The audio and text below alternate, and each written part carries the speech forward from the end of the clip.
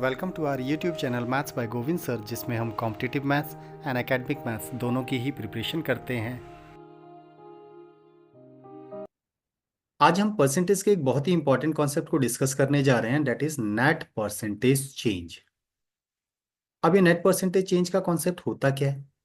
Net percentage change का concept वहां use करते हैं जहां पर हम दो वैल्यूज के प्रोडक्ट से एक थर्ड वैल्यू को फाइंड आउट करते हैं।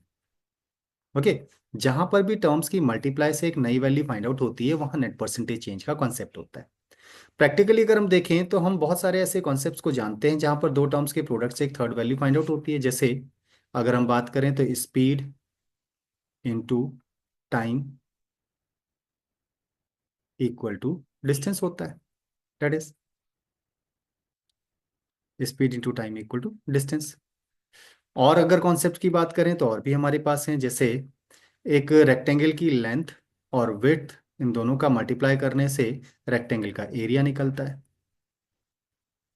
ओके, अगर हम प्रैक्टिकल अप्रोच की बात करें तो प्रैक्टिकली एक स्पेसिफिक प्राइस के रेट के आप कितनी क्वांटिटी परचेज कर रहे हो, कितनी क्वांटिटी आप परचेज करते हो, वहां से आपका एक्सपेंसेस हो जाएगा कि कितना एक्सपेंस होने वाला है। तो डेट मीन्स इन दोनों के प्रोडक्ट से एक्सपेंसेस निकलता है। ओके, एक्सपेंस की वैल्यू फाइंड आउट हो जाएगी कितनी है। तो ये प्रैक्टिकल अप्रोच में हमने देखा कि दो टर्म्स के प्रोडक्ट से थर्ड वैल्यू फाइंड आउट होने का केस बन रहा है। जरूरी नहीं है कि मल्टीप्लाई दो ही टर्म्स की हो, दो से ज्यादा टर्म्स की मल्टीप्लाई भी हो सकती है। जैसे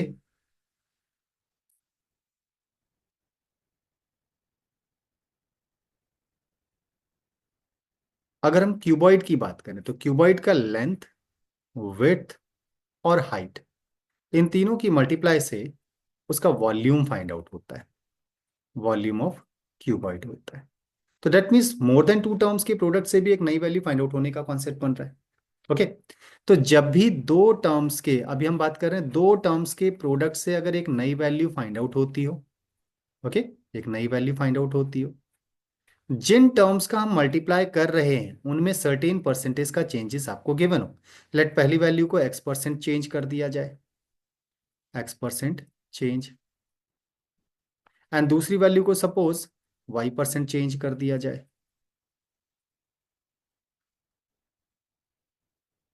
तो फिर प्रोडक्ट वाली वैल्यू में कितने परसेंट का चेंज आएगा, इसको आइडेंटिफाई करने का कॉन्सेप्ट ही हमारा नेट परसेंटेज चेंज होता है।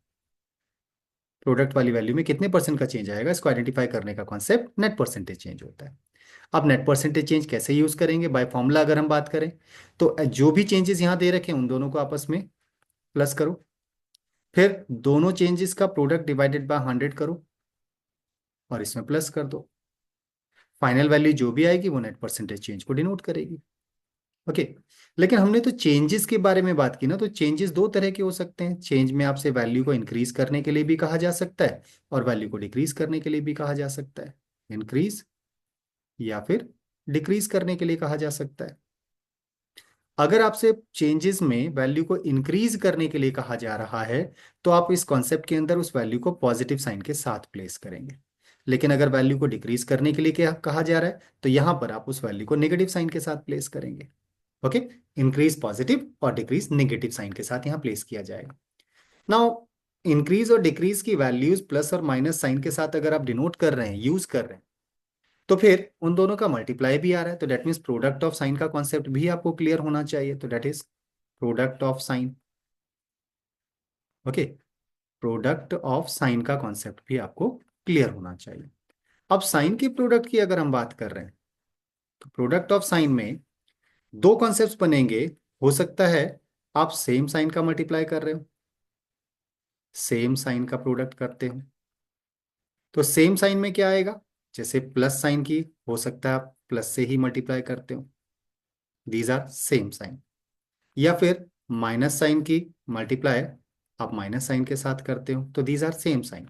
ओके, तो सेम साइन का प्रोडक्ट होता है प्लस साइन।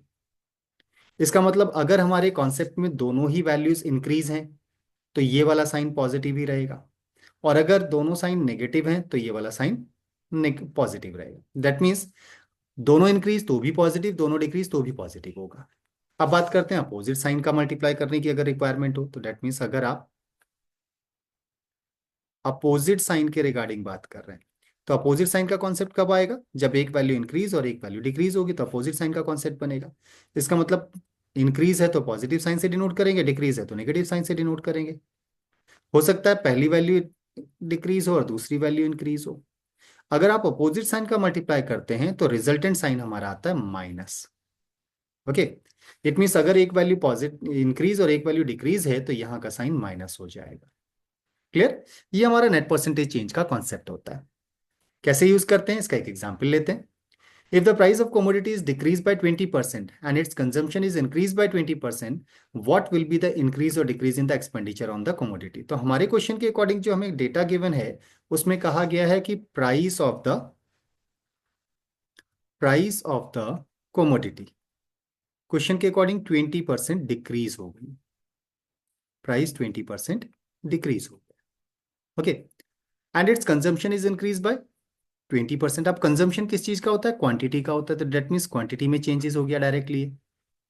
तो क्वेश्चन के अकॉर्डिंग हमसे बोला गया है कि क्वांटिटी जो है वो कितना 20% इंक्रीज हो गई है। ना फाइनली हमें फाइंड क्या करना है? What will be the increase और डिक्रीज इन द एक्सपेंडिचर। तो एक्सपेंडिचर में कितना चेंज आएगा that we have to identify. Expenses में कितना चेंज आएगा वो आइडेंटिफाई करना है। एंड वी नो डैट कि प्राइस और क्वांटिटी के प्रोडक्ट से एक्सपेंसेस बनता है। प्राइस और क्वांटिटी दोनों में ही एक सर्टेन परसेंटेज से चेंजेस गिवन है एंड एक्सपेंसेस में कितने परसेंट का चेंज होगा ये आइडेंटिफाई करने के लिए कहा जा रहा है। तो that means net percentage change का कॉन्सेप्ट यूज हो जाता है हमारा। अब नेट परसेंटेज चेंज कैसे यूज करेंगे? तो एक वैल्यू डिक्रीज है तो डेट मीन्स -20 हो जाएगा, एक वैल्यू इंक्रीज है तो +20 हो जाएगा ना। एक प्लस एक माइनस तो माइनस, दोनों का प्रोडक्ट 20 × 20/100 हो जाएगा। इसे सिंप्लीफाई कर देते हैं, फाइनली जो भी वैल्यू आएगी वो परसेंटेज चेंज को डिनोट करेगी। इसे सिंप्लीफाई करते समय +20 एंड -20 तो एलिमिनेट हो जाएगा। तो यहाँ पर 0 से 0 कैंसिल, 0 से 0 कैंसिल, 2 × 4 दैट मीन्स माइनस का 4%। और माइनस किसको डिनोट करता है? डिक्रीज को। इसका मतलब जो एक्सपेंसिस है वो 4% डिक्रीज हो जाएगा। तो दैट मीन्स आंसर हो जाएगा 4% decrease. Is it clear? Question का एक्सप्लेनेशन क्लियर हुआ हो, कॉन्सेप्ट समझ में आया हो तो चैनल को सब्सक्राइब, लाइक एंड शेयर जरूर करें। साथ ही बेल आइकन को भी प्रेस करें जिससे आने वाली वीडियो का नोटिफिकेशन आपको तुरंत मिल पाए। Thank you.